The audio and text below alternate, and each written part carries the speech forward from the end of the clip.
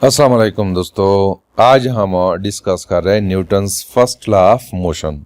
दोस्तों, यूनिट 3 जिसका नाम डायनामिक्स है, इस यूनिट में हम ऑब्जेक्ट के मोशन के बारे में डिस्कशन करते हैं।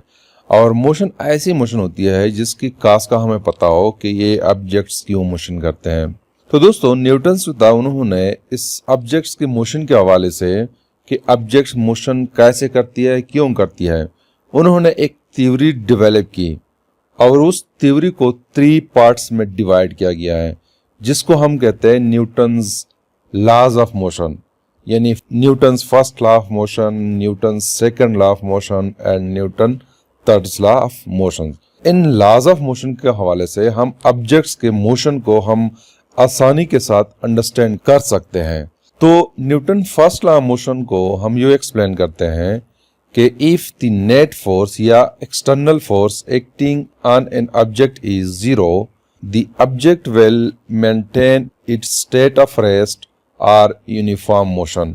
is called Newton's first law of motion. Newton's first law of motion के मुताबिक अगर एक ऑब्जेक्ट रेस्ट में है तो वो हमेशा ही रेस्ट में रहेगा जब तक उस पे कोई एक्सटर्नल फोर्स अमल ना करे। या अगर एक ऑब्जेक्ट है वो मोशन कर रहा है विद वेलोसिटी, या हम कहते हैं कि ये ऑब्जेक्ट यूनिफॉर्म मोशन कर रहा है, तो वो ऑब्जेक्ट उस वक्त तक मोशन करेगा जब तक उस पे कोई एक्सटर्नल फोर्स अमल ना करे। जैसे कि फॉर एग्जांपल यहाँ पे ये बुक्स पड़े हुए हैं टेबल के ऊपर, तो ये बुक्स उस वक्त तक इस टेबल पे ही रहेंगे जब तक हम उस पे फोर्स अप्लाई करके इस बुक्स को यहाँ से दूसरी जगह मुंतकिल ना करें। या फॉर एग्जांपल अगर ये सोफा है, ये सोफा उस वक्त तक अपनी जगह पे रहेगी जब तक हम उस पे कोई फोर्स न लगाए। या ये बेंच है, यहाँ पे आपको नजर आ रहा है, ये बेंच उस वक्त तक यहाँ पे रहेगा जब तक हम उस पे फोर्स लगा के एक जगह से दूसरी जगह ना ले जाएं। या ये दरख्त है, ये दरख्त उस वक्त तक जो है यहाँ पे रहेंगे जब तक हम उसको काट के दूसरी जगह ना ले जाए। तो ये तो हमारी रोजमर्रा जिंदगी के बिल्कुल ऐन मुताबिक है। हम रोजमर्रा जिंदगी में देखते हैं कि हमारे घरों में कोई भी ऑब्जेक्ट हो, अगर वो एक जगह पे है तो वो उस वक्त तक वो उस जगह पे रहता है जब तक हम उस पे एक्सटर्नल फोर्स लगा के दूसरी जगह तक न ले जाए। दूसरा ये कह रहा है कि अगर एक ऑब्जेक्ट यूनिफॉर्म मोशन कर रहा है तो ये उस वक्त तक मोशन करेगा जब तक कोई एक्सटर्नल फोर्स उस पे अमल ना करे। जैसे कि फॉर एग्जांपल ये फुटबॉल है, इस फुटबॉल पे मैं फोर्स लगाता हूँ, फोर्स लगाने के बाद मैं कहता हूँ कि ये कांस्टेंट वेलोसिटी के साथ मूव करता है ये फुटबॉल, या यूनिफॉर्म मोशन कर रहा है। तो ये फुटबॉल उस वक्त तक मोशन करेगा जब तक उस पे कोई दूसरा खिलाड़ी अपोजिट साइड पे फोर्स न लगाए। तो ये एग्जाम्पल अगर हम देखें, ये हमारे रोजमर्रा जिंदगी से बिल्कुल मुख्तलिफ है। हम अगर फुटबॉल पे फोर्स लगा के उसको यूनिफॉर्म मोशन दे दें, यूनिफॉर्म मोशन देने के बाद हम देखते हैं कि फुटबॉल एक खास डिस्टेंस तय करने के बाद रुक जाता है। या अगर हम क्रिकेट की बॉल को हिट करें तो हम देखते हैं कि क्रिकेट के बॉल जो है कुछ डिस्टेंस तय करने के बाद रुक जाता है। लेकिन न्यूटन कह रहा है कि नहीं, अगर एक ऑब्जेक्ट यूनिफॉर्म मोशन कर रहा है तो वो हमेशा यूनिफॉर्म मोशन कंटिन्यू करेगा।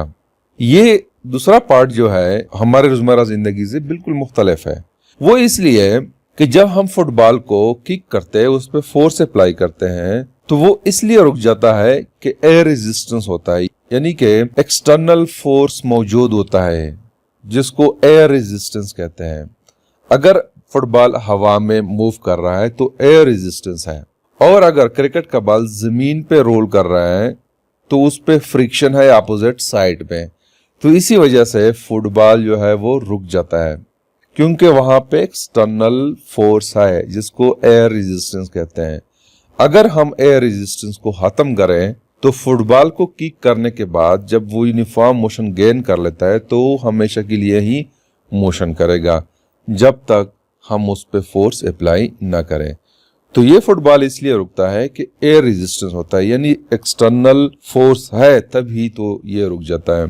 तो न्यूटन फर्स्ट लॉ जो है उनके 2 पार्ट्स है, दोनों वैलिड है। एक पार्ट ये है कि अगर एक ऑब्जेक्ट रेस्ट में है तो हमेशा रेस्ट में ही रहेगा, और दूसरा ये कि अगर एक ऑब्जेक्ट यूनिफॉर्म मोशन कर रहा है तो हमेशा ही यूनिफॉर्म मोशन करेगा जब तक एक्सटर्नल फोर्स उस पर अमल ना करे। तो इस लॉ ऑफ मोशन को हम मैथमेटिकली यूं लिखते हैं कि अगर एक्सटर्नल फोर्स या नेट फोर्स जो है एफ नेट जो है अगर ये जीरो है तो चेंज इन वेलोसिटी वो जीरो है, यानी वेलोसिटी चेंज नहीं हो रही है, वेलोसिटी कांस्टेंट है। तो जब वेलोसिटी कांस्टेंट है तो उस ऑब्जेक्ट का एक्सेलरेशन जो है वो जीरो होता है, क्योंकि एक्सेलरेशन की डिफिनेशन है change in velocity per unit time. तो अगर ये चेंज इन वेलोसिटी जीरो है तो एक्सेलरेशन भी जीरो है, यानी ये थ्योरेटिकल डिफिनेशन है। और ये मैथमेटिकली हम कहते हैं कि अगर नेट फोर्स जीरो है तो वेलोसिटी में चेंज नहीं आ रहा है। तो यहाँ पे अगर एक ऑब्जेक्ट रेस्ट में है तो रेस्ट में उसकी वेलोसिटी जीरो होती है, तो वो हमेशा ही जीरो होती है, वो चेंज नहीं होती जब तक एक्सटर्नल फोर्स उस पर अमल ना करे। या अगर एक मूव कर रही है कांस्टेंट वेलोसिटी के साथ, यानी मैं अगर कहो कि 5 मीटर पर सेकंड के साथ वो मूव करती है, तो जब तक उस पर एक्सटर्नल फोर्स अमल नहीं कर रहा है तो उसकी वेलोसिटी चेंज नहीं होती, यही 5 मीटर पर सेकंड ही रहती है। तो उसको हम यूँ कहते हैं कि नेट फोर्स जो है जीरो है तो वेलोसिटी भी जीरो है। या हम ये कहते हैं कि अगर वेलोसिटी जीरो है तो एक्सेलरेशन भी जीरो है। तो ये फर्स्ट लॉ ऑफ मोशन है। दोस्तों फर्स्ट लॉ ऑफ मोशन को हम लॉ ऑफ इनर्शिया भी कहते हैं। इनर्शिया को हम यूँ डिफाइन करते हैं कि the property of a body which opposes any change in its state of rest और uniform motion is called inertia.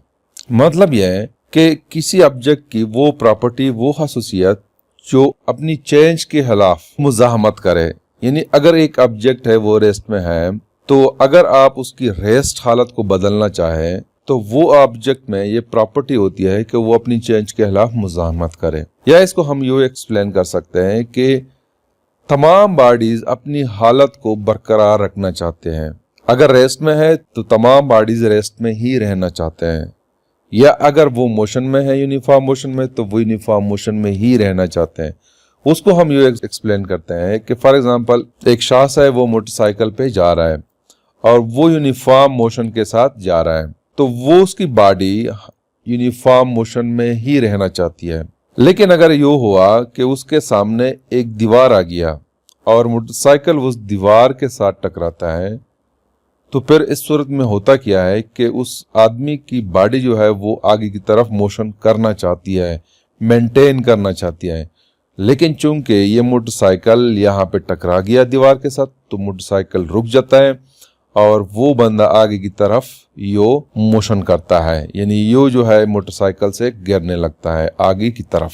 या इसको हम यो एक्सप्लेन करते हैं कि फॉर एग्जांपल आप गाड़ी में जा रहे हैं और आपकी गाड़ी की स्पीड जो है वो यूनिफॉर्म है और अचानक ड्राइवर ब्रेक लगाता है, तो हम देखते हैं कि जब ड्राइवर ब्रेक लगाता है तो हमारी बॉडी आगे की तरफ मूव करती है, उसको धक्का लगता है आगे की तरफ, जैसे कि आपको यहाँ पे नजर आ रहा है ये आदमी बैठा हुआ है, इसको आगे की तरफ धक्का लगता है। वो इसलिए कि हमारी बॉडी यूनिफॉर्म मोशन कंटिन्यू करना चाहती है और चूंकि ड्राइवर ने ब्रेक लगाया तो हमारे बॉडी इसको आगे की तरफ धक्का लगता है। तीसरा एग्जांपल हम ये एक्सप्लेन करते हैं कि फॉर एग्जांपल ये एक खातून है, ये गाड़ी में खड़ी है और गाड़ी रेस्ट में है और उन्होंने अचानक मोशन शुरू किया विद वेरी हाई स्पीड, तो इस खातून को पीछे की तरफ धक्का लगेगा क्योंकि वो रेस्ट में ही रहना चाहती है, लेकिन गाड़ी ने मोशन शुरू की, चूंकि उसका स्पीड अचानक ज्यादा हो गया तो फिर इस सूरत में उसको पीछे की तरफ धक्का लगेगा। ये तो हो गए एग्जांपल्स ऑफ इनर्शिया। दोस्तों इनर्शिया को हम मास ऑफ द ऑब्जेक्ट के थ्रू मेजर करते हैं, क्योंकि जिस ऑब्जेक्ट की मास ज़्यादा होती है उतना ही उसकी अपोजिशन ज़्यादा है, यानी अगर अपोजिशन ज़्यादा है तो मतलब है इनर्शिया ज़्यादा है। तो इनर्शिया को मेजर करने के लिए हम मास की मदद लेते हैं और मास की जो यूनिट है वो किलोग्राम है, तो लिहाजा किलोग्राम को यूज़ करते हुए हम इनर्शिया को मेजर कर सकते हैं। तो this is something about the Newton's first law of motion. Thank you.